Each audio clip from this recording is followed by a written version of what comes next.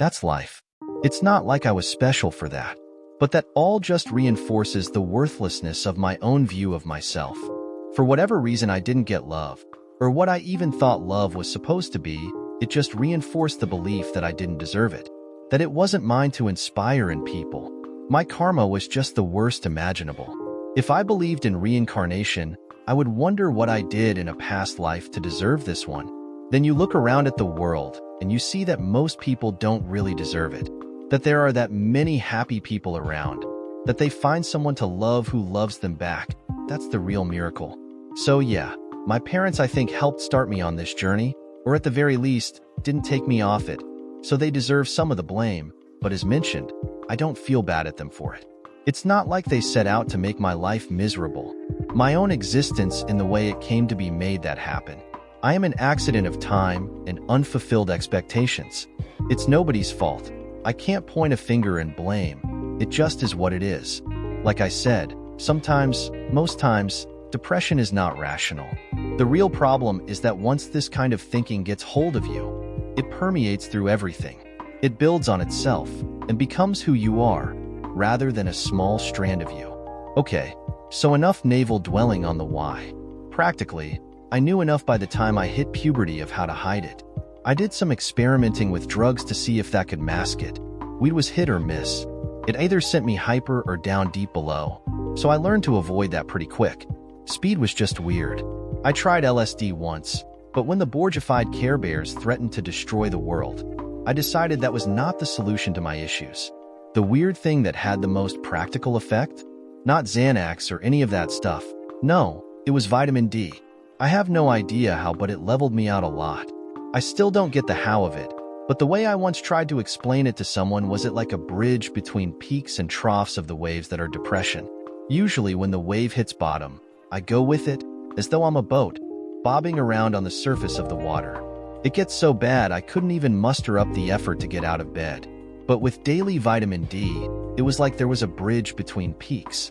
The troughs and low waves are still there, and still affecting deeper me, just not the surface me. I was able to function far better, and be able to get out of bed and go to work, and at least not be a miserable scumsucker to everyone. I was less, well, happy is not really an adjective I would ever use to describe my state of mind. But I was not my usual destructive self when these bursts would happen over 3 or 4 days. I was also not visibly destroyed by them either. Like I said, functional depressive. I learned a lot about how to mask true reactions during my puberty and mid-teen years. When I was in college, I likened it to sociopaths and psychopaths learning what social interaction looks like, what responses are expected, and learning to simulate that. You don't feel it, it isn't an instinctual reaction, but you can learn what is expected and provide it, and most people are not at all really interested in your emotional state anyway. As long as you are in the ballpark of expectations, most people will fill in the blanks of your response regardless. They are usually too busy thinking about what they think you think anyway. I wasn't sitting there plotting to kill anyone or blaming them for my self-image. I wasn't getting much out of life at the same time. Compliments bounce off me.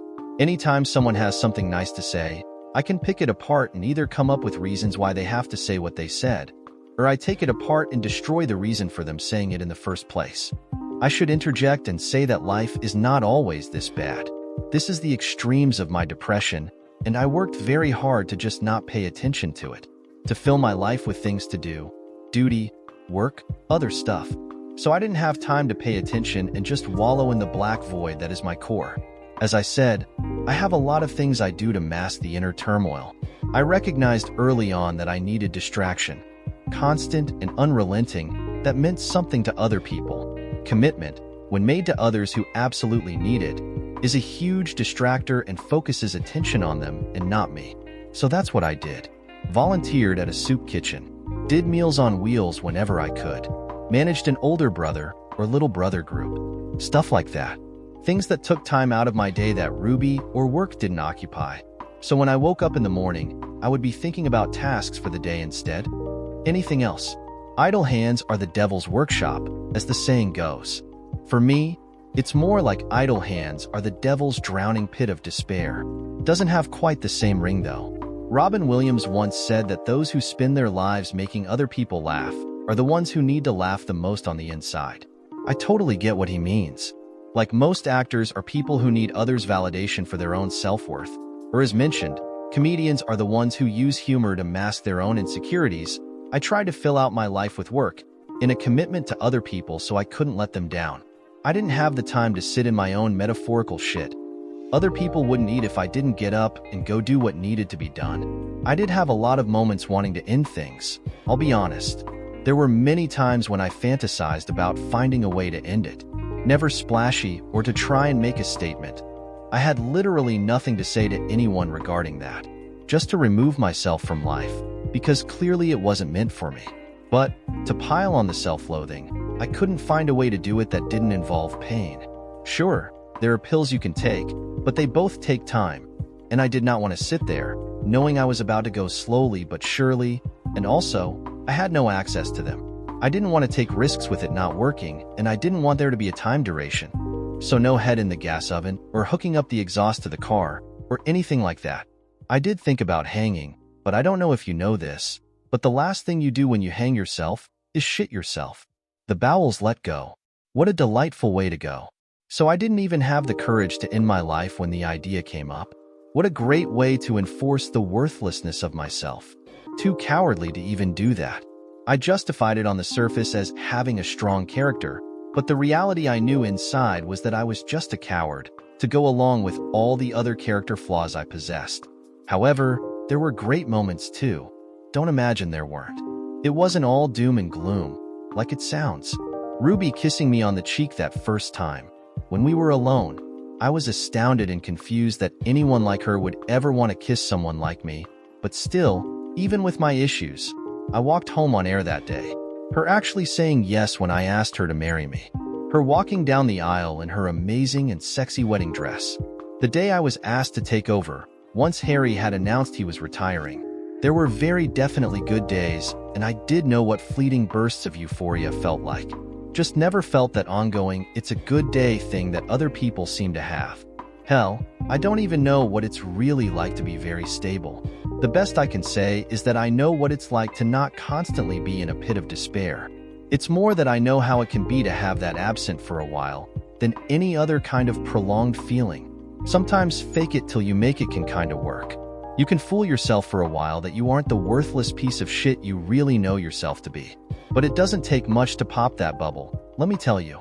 The only time I ever really felt at peace was when it was just Ruby and me, alone. No one else to take our attention. Just the two of us doing Sunday morning chores or whatever. I still to this day do not understand what she sees in me, but she was there. She chose me, and that was enough to keep the worst of it at bay. It's harder with someone who really knows you, though. With Ruby, it was very hard. I made a point, early on, of explaining that I had some social problems, that I didn't always recognize cues and what the response was, so sometimes I may come across disingenuous. And to some degree, that was true. I just never explained where it came from. Ruby was my salvation, in every sense possible. She loved me. I had no idea why, but I believed it. In my soul, it made me worth something, even though I wasn't. Yes, I get the contradiction there. I think, on deeper reflection, it was that she made me worth something, even though I wasn't intrinsically. I don't know. Who really understands all the intricacies of depression? Suffice to say, what you are seeing there is hope. I didn't ask too deeply about why, because I was deathly afraid that I'd learn something that would shatter me if I did. That's the problem with hope. When you have it, you'll do anything to protect it, even lie to yourself. When you know in your deepest black void how worthless you are, that you really have nothing to offer that is of value to anyone. When someone makes you believe that they care, that you matter to them, it literally is like the gasp of air after being underwater for tens of minutes.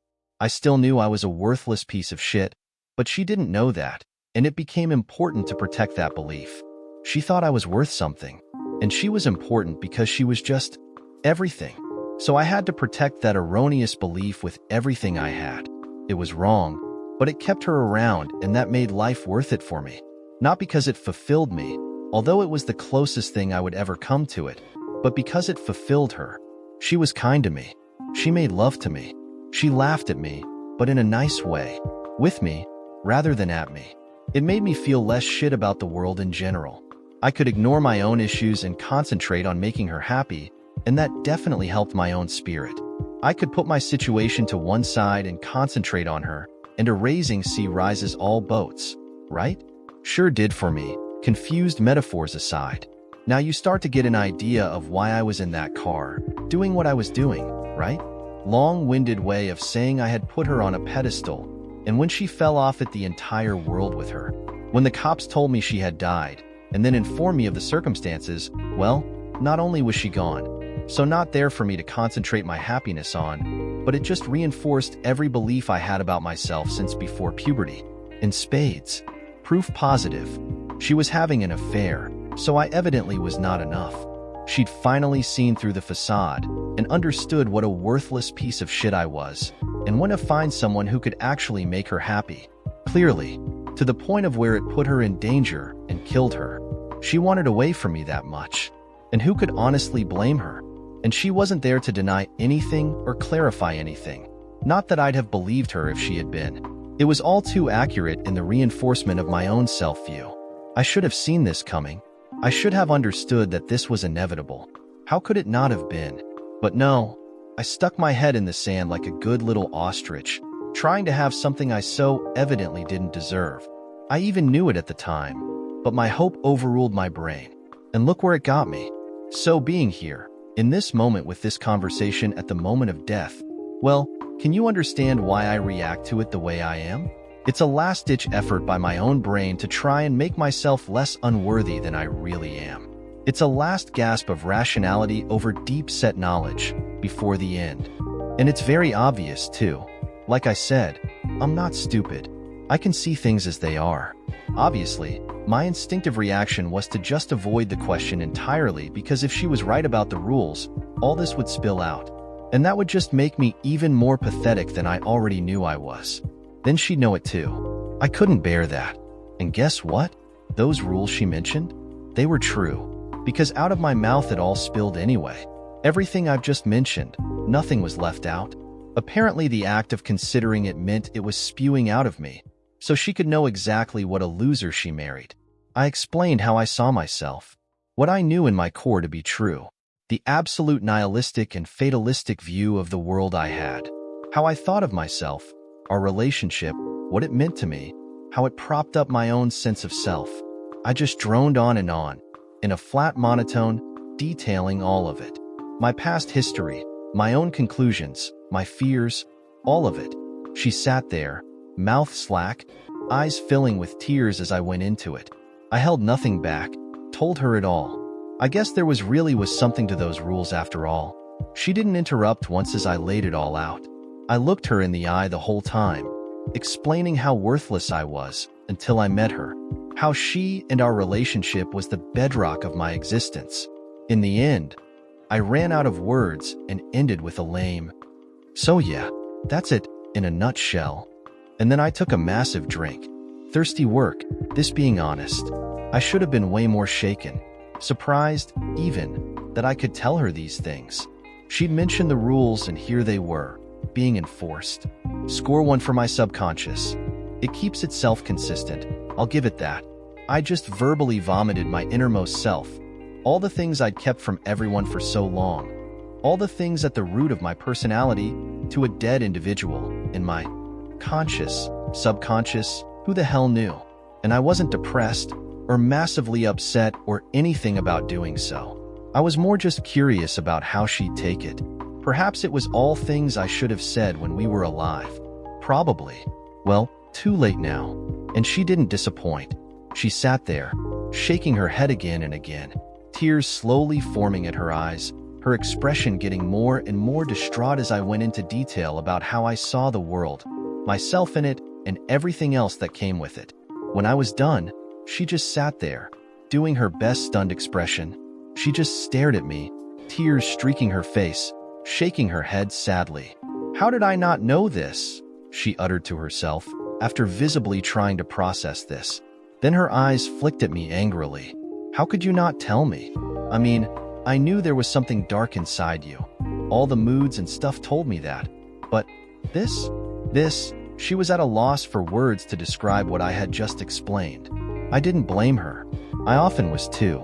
I sighed and decided to answer her last question, because even though it was rhetorical, she was clearly talking to herself there. It did deserve an answer. Ruby, I started, trying to find the right words. Here's the problem. If I had told you those things, would you have married me? I mean, I'd had to have told you before we were married for it to have value, yes? For you to make that decision to marry me? Can you honestly say that you'd have looked at me the same way after I told you all that? That you'd still have decided to marry me? In this situation, the rules went in my favor, because she couldn't protest that of course she would. She couldn't lie. Instead, she just stared at me, tear-faced, saying nothing because we both damn well knew it was true. So, was it fair of me to not tell you? Well, probably not. But there was only one way that conversation ended. And as for not telling you afterwards, well, again, look at it from my point of view.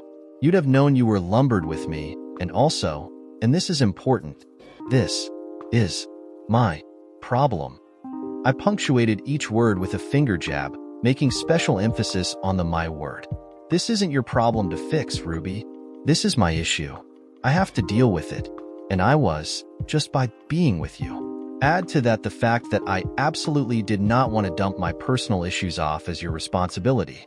And you'd have taken it that way. If I'd explained to you that I was with you because you made me worth something, then that puts all that responsibility onto you. You suddenly know you are the root of my own emotional stability. And who wants that? You'd never be able to argue with me, or tell me to go to hell, or any of the things you need to do to be an equal partner, if you knew what was going on inside me. Don't bother to argue. We both know that's true, I said harshly, slapping the table for extra emphasis. It wasn't like I hadn't been over and over this in my own head over the years. And let's not forget, when it comes to not telling your spouse about something important, you kinda have the crown on that. I couldn't help that rather nasty observation coming out. It wasn't like she didn't deserve that either. She at least lowered her eyes at this and played with her drink for a moment, slouching down in her chair. Then she said, slowly, "That's why we are here, isn't it? Why you did what you did. Because of what I did." Her eyes flicked up at me, briefly. I shrugged, and she saw the movement. "So, I killed both of us," she said, flatly. I creased my frown. "What?" I asked, stupidly. She flicked her eyes up at me again. "I killed us both. The guy I was with, Jason, I was giving him a bee job while he drove. That's what distracted him. That's why he crashed off the road and into the tree. That's why we both died," she said, in a small voice. "And now, because you found out, you decided to end your life too, because if I wasn't in it, then..." She looked up again, a very pained and contrite expression on her face. "It wasn't just that.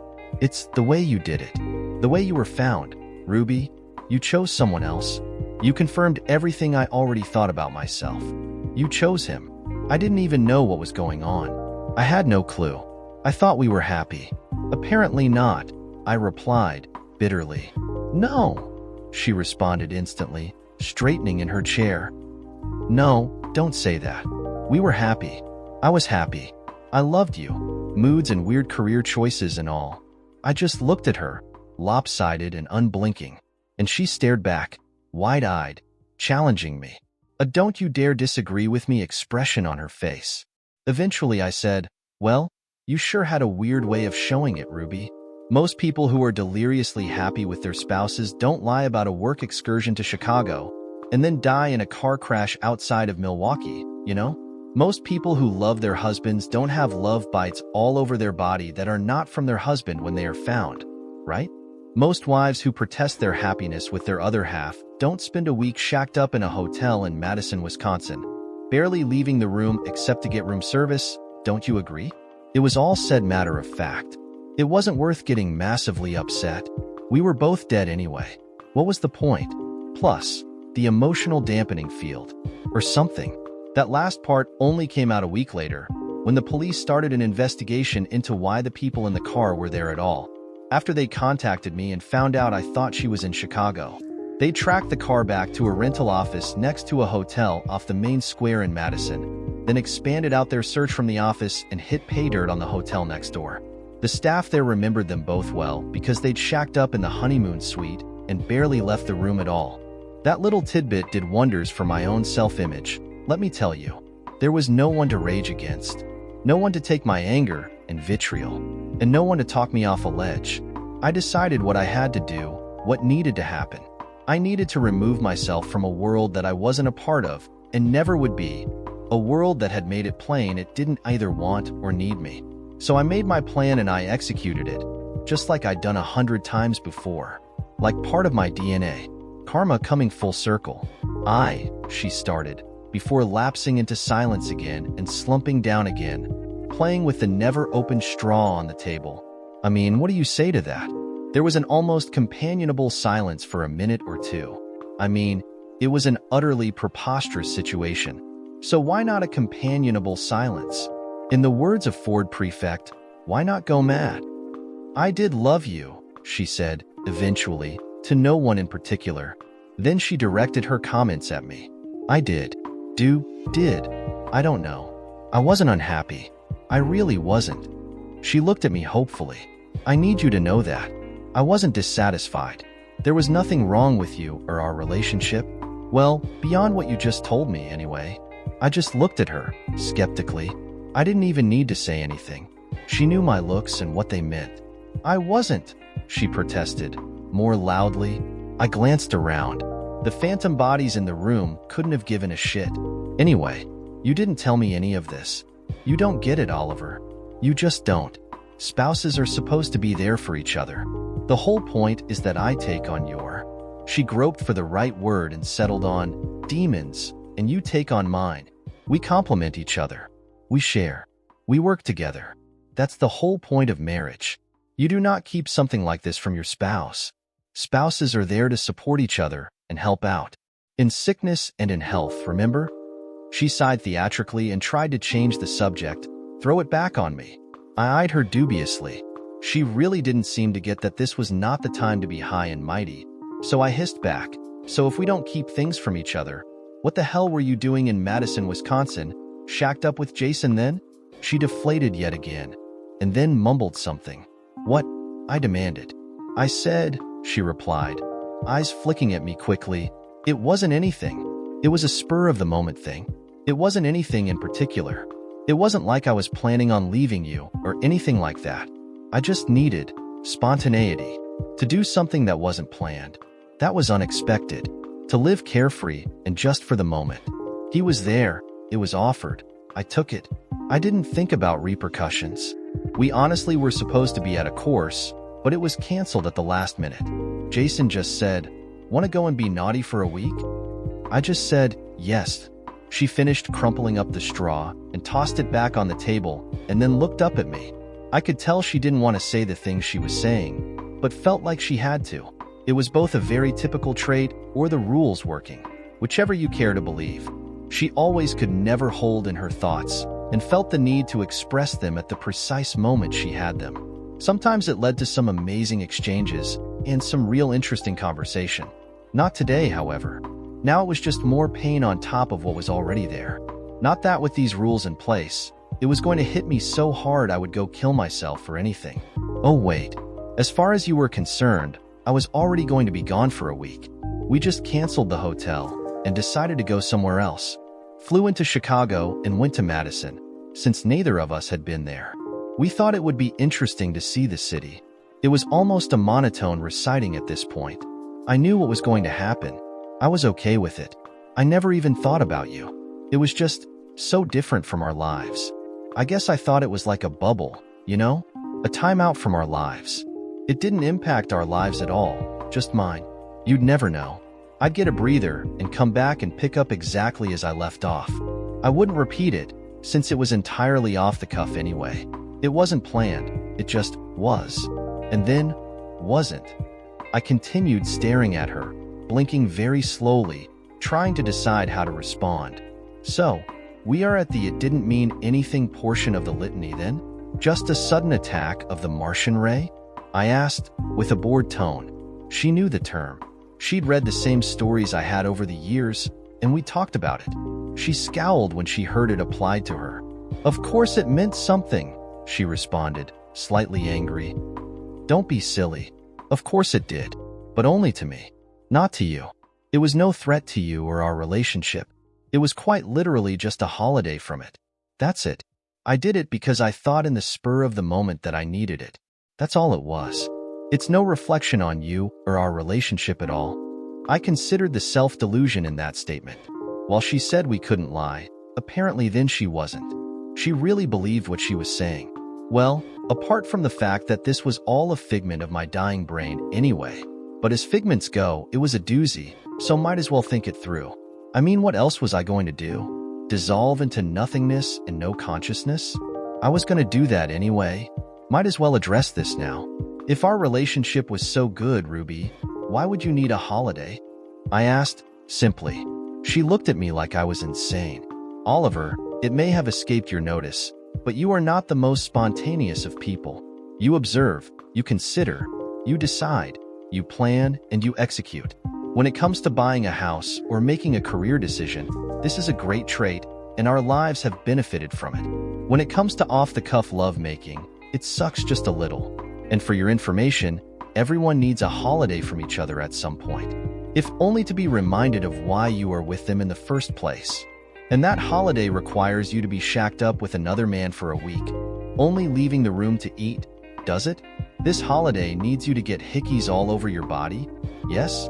That doing all that reminds of you why you were with me in the first place, does it? I demanded to know. She looked away. No arguing that point, I guess. She sighed again and then replied, no, it doesn't. It shouldn't. It did in this case, and I was wrong. And I can't apologize enough for all the damage I've done, for the repercussions it's had. I deserve them. You do not. I shrugged. As Clint Eastwood's character in the Unforgiven movie once said, deserve ain't got nothing to do with it. I don't know what to tell you. I didn't really even think about it while it was happening. It was just a spontaneous act, in a life that had very little of that. Jason was at work. He was flirting. It's not like I was flirting back much. It was never going to go anywhere. Everyone knew that. I broke in, because I was quite annoyed at what she just said. I should have been seething, but local rules. So I was mildly annoyed instead. So, it's my fault now? I demanded. I'm to blame because I'm not spontaneous enough? I used air quotes to really make the point. Yes, no, of course not. And then she was silent for a moment, and then said, although? I turned my head and cursed. Oh God, at least that was still allowed. Oliver, I don't even know what I was thinking. While I was in the moment, I wasn't thinking at all. About you. About repercussions. Nothing. I'm damn sure that once that week was over, I would have been overwhelmed with guilt. You know me. I'd never have been able to just keep it all silent. I'd have gone overboard on trying to be nice to you. Or something. Her eyes were pleading with me to understand. I wasn't thinking about what came next, or what would happen next. It was just this bubble of life, where I wasn't the normal me. I have no idea what expectations he would have had, but it would have been one and done. Above all, please believe that. I was not in love, or had feelings beyond the next orgasm for that week. Jason could be charming and funny, but he wasn't you, and you are the one who owned my heart. Please, please believe me. Just not enough to keep your legs closed. You couldn't have been all spontaneous and visited Disney World instead then? It had to be a week-long sex fest? I was bitter and I knew it, and to be honest, I thought in this one area, I was justified. She sighed yet again. Yeah, that's where it all falls down, doesn't it? You are right. There are a million ways to do spontaneous things, without it being that. I don't know what to say. I got caught up. I can only plead insanity. I don't even understand what I was thinking. It's like I wasn't thinking about the future, you, or anything. Just that specific moment in time. Nothing else. Clearly there was future in it. And how I would have faced you afterwards. I don't get. She faltered and just sputtered into silence, clearly conflicted internally. There was a pause and then she said bitterly, and it's not like I haven't paid the price for it. I snorted. We all did, Ruby. There was another pause. But you didn't need to do what you did over it, she gestured at me. It wasn't worth it. It just wasn't. I was a shitty wife to you. I didn't see what was going on. I didn't see what you needed. Clearly, I wasn't paying attention. You are better off without me, Oliver. Surely you can see that now? I shook my head. You just don't get it, I answered slowly. My life was you. You were the only thing that made it worthwhile at all. I am just not worth anything else. Never was, never will be. Do you know what it's like to see something on TV, some interaction or something, and know you'll never have that? That thing will never happen to you? You can't know what that feels like, Ruby. And while you were with me, as my wife, I had a small respite from that. She tilted her head, clearly distressed, and reached over the table to grab a hand each in one of hers. I wish I'd known, she said, staring into my eyes. I could see such sadness in hers. I can't imagine how it feels. And then, well, I don't even know how to describe this, but something happened. Suddenly I was not alone. In my head, there was someone else there. She was there. I could feel it. She was looking out my eyes, seeing what I saw. She could feel my thoughts. And then, it just exploded inside me. Everything I had felt, everything I knew inside, all the depth of feeling, the despair, the sheer pain of knowing how worthless I was compared to everyone else, how I did not matter, neither cosmically or locally.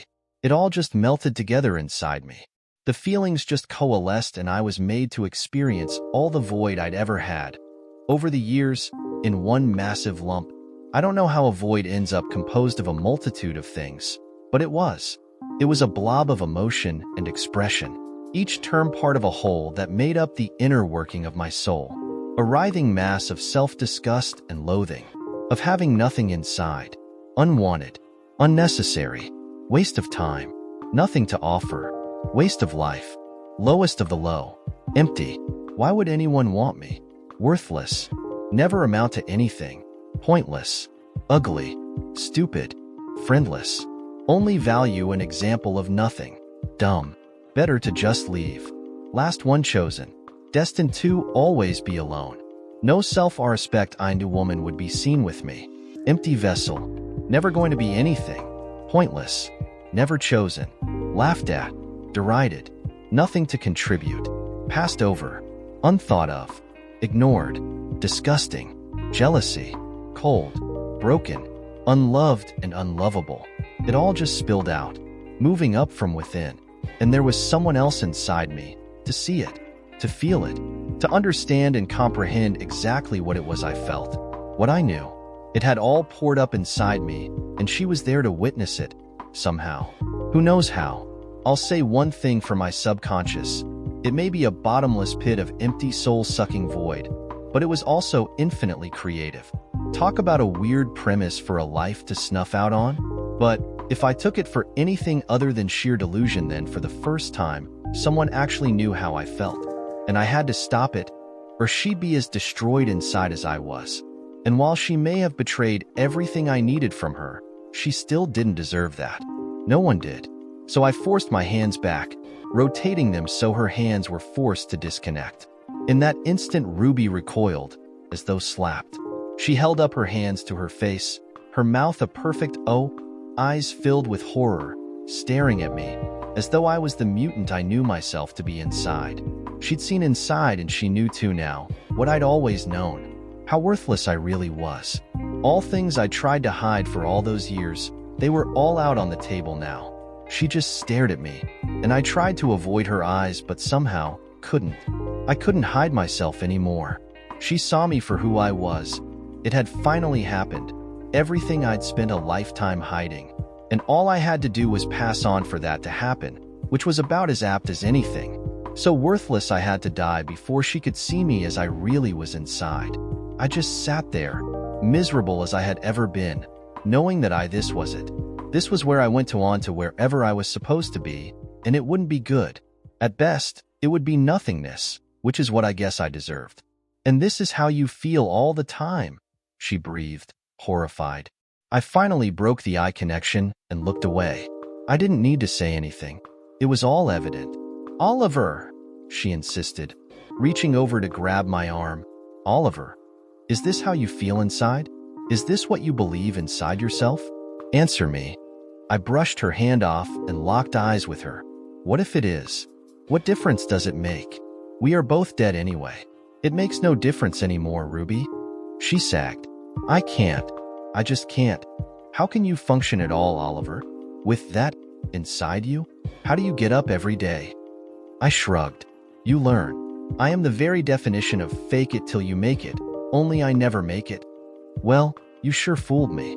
I mean, I was your wife, and like I said, I knew you had some dark depths, but this, I just can't. I can't imagine how you get through the day. She was bursting with empathy, clearly. Her eyes tracked me, brimming with tears. A little too late, frankly. Otherwise, we both wouldn't be here. It was clear to me that I was conflicted. I had been in the days and weeks after her death. I knew the circumstances of her dying. I knew what they implied. The following investigation filled in the blanks and also confirmed the suspicions. And I know their implications for me personally, but part of me never stopped loving her, forgiving me that time, almost free of the inner void. It wasn't a question of forgiveness or love turning to hate or anything else like that, because I just didn't have the internal space for it. You can accuse me of navel-gazing or being self-obsessed, and perhaps you'd be right. But given the internal dialogue, or lack thereof, there just wasn't much space to consider her point of view. It didn't ultimately matter anyway, because she wasn't there to confirm or deny anything I decided to believe. I could decide she hated me and wanted out, and this was evidence of that. Or I could believe it was a bizarre aberration, and believe that.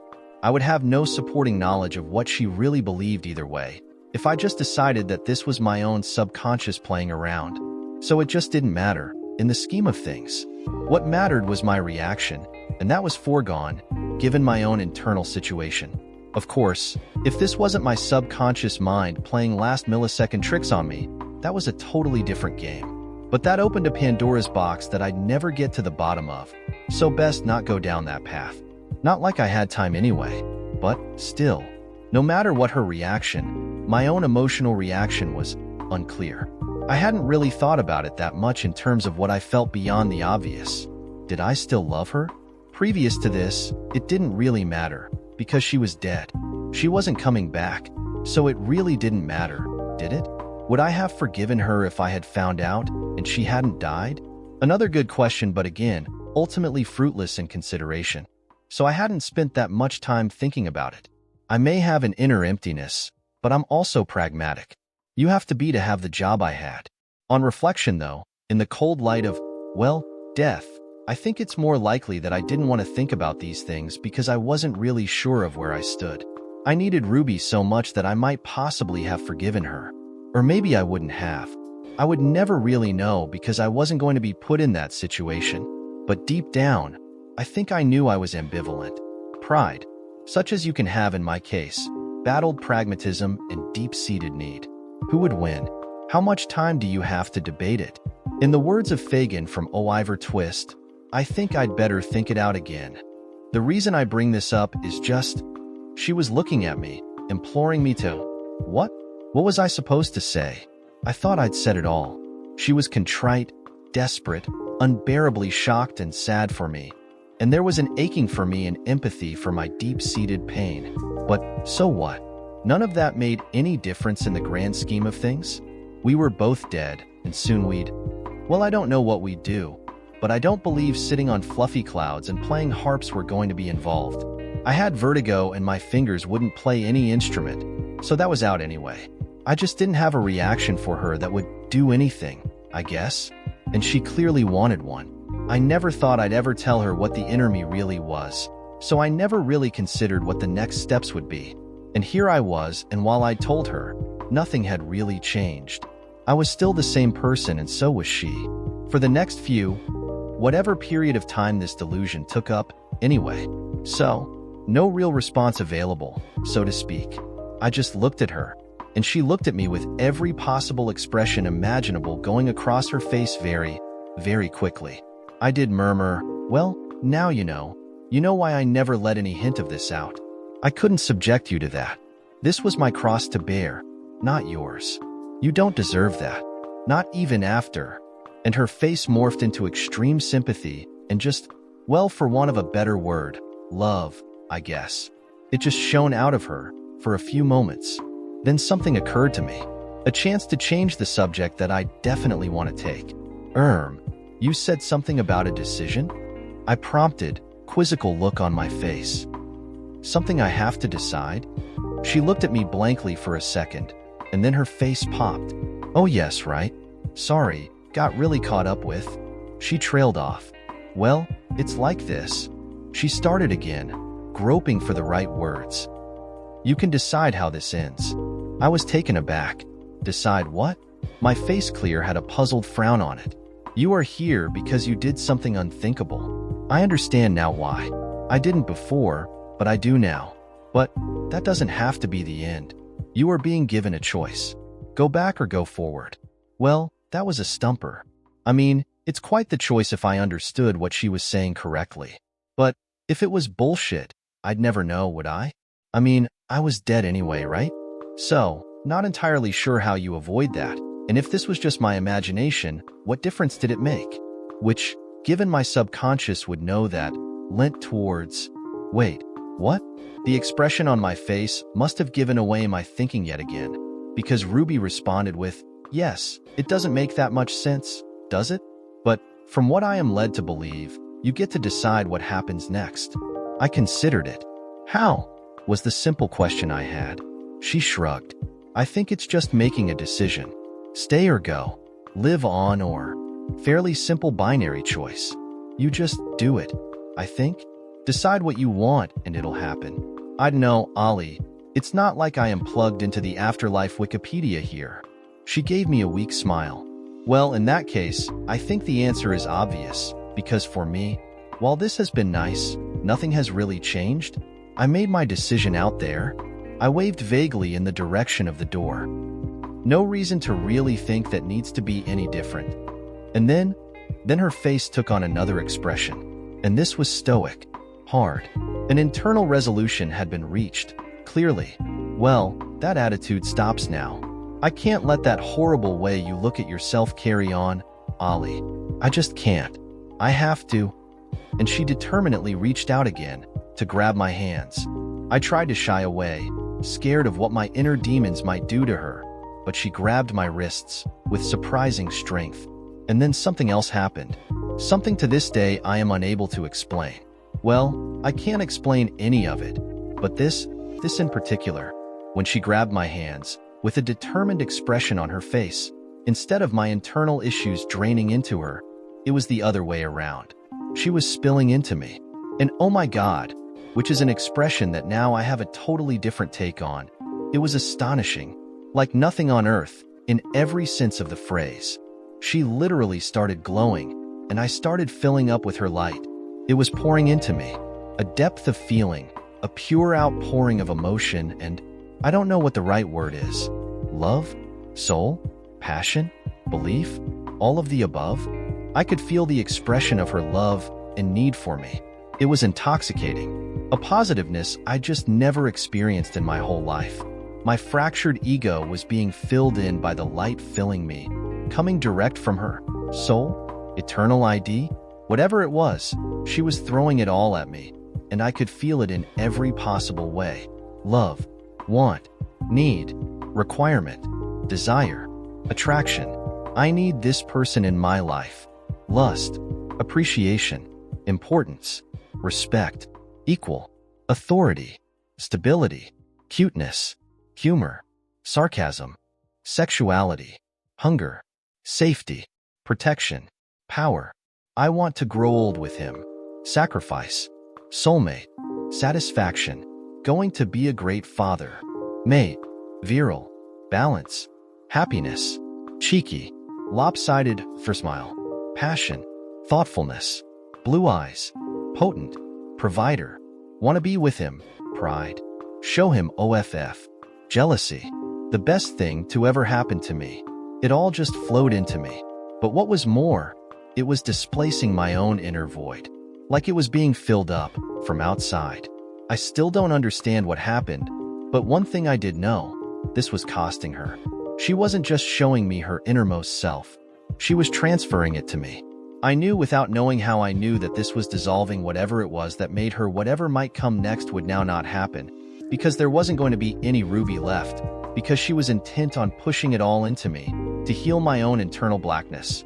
She was willingly sacrificing whatever came next to pull me out of my glorified depression. Her guilt at what I'd done as a reaction to her act, the understanding of what I carried inside me that she had no clue of till now, it all contributed to a desire to heal me at any cost. Her love was so encompassing that she was willing to remove herself from the universe in a completely final way, just to help me out.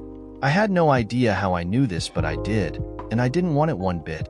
I tried to pull my hands away, but she had a death grip on them, quite literally and in every sense of the word. The light from her body and face was getting quite intense, and I had to close my eyes to protect them. I could still feel her amazing vitality and pure life force pouring into me, the light chasing away every dark shadow inside me. All the depth of self-loathing and reasoned depression was being blasted away in the glow of her love for me. Her desire for me to not be in the state I had ended up was so strong. It just blew away the strands of darkness holding me down. It was the purest expression of love possible. You've heard the phrase, "she was love in human shape"? Well, this was it, literally. And in that second, like the apocryphal suicide who jumps off the bridge and then regrets it in the instant they step off and start falling, I decided I needed to live. I needed to be able to savor this gift. Ruby was removing herself from the universe to give me a reason to live. At the very least, I had to make it worthwhile. I couldn't honor her gift if I was gone. It didn't matter if this was real or not. I had to at least try. Plus, the way I was feeling for right now, well, it was an entirely different way of feeling, at least so far. So far from how I normally felt. I really was considering how life would be. Feeling like this? Is this how everyone else felt all the time? The light got brighter and brighter, and I just couldn't cope with sheer euphoria of what was filling me.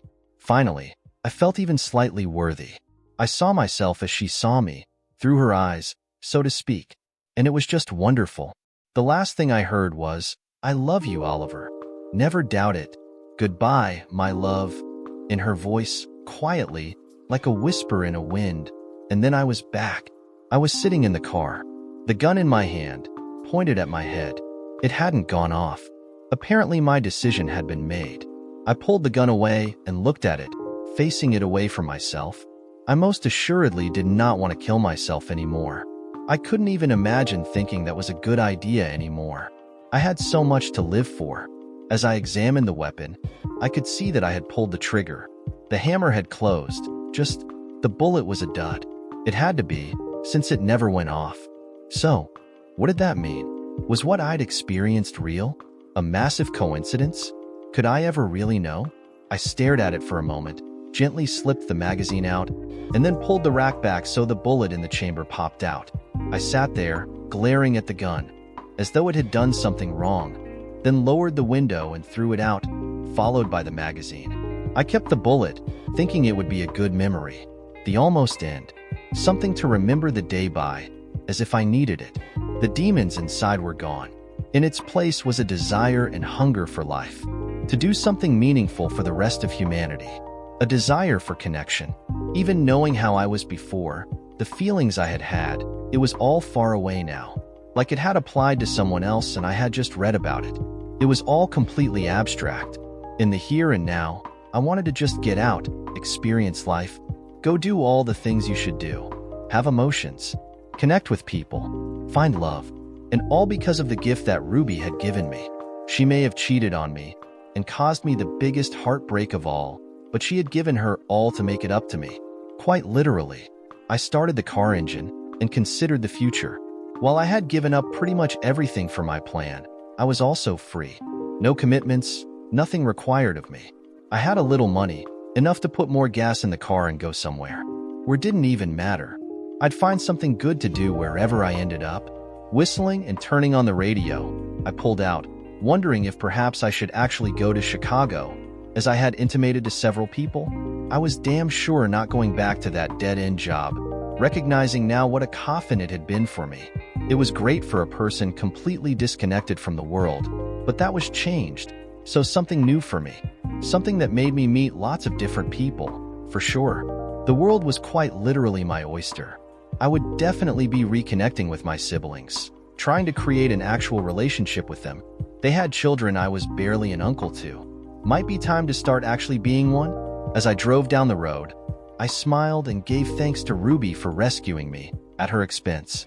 Clearly, she was the most loving wife a woman could be, even if she had to go the hard route for us both to find out. She was gone, but she wasn't. Her essence was inside me, filling out the emptiness I had previously experienced. I was living for two now, so I had to make the most of it. Turning on the radio, it was playing Sacrifice, but Elton John. I couldn't help but grin at the appropriateness. Thank you, Ruby. I'll never forget you, I murmured into the sky as I drove with the windows down, wondering what would come next. Dear listeners, please share your thoughts in the comments section below, and don't forget to like, share, and subscribe.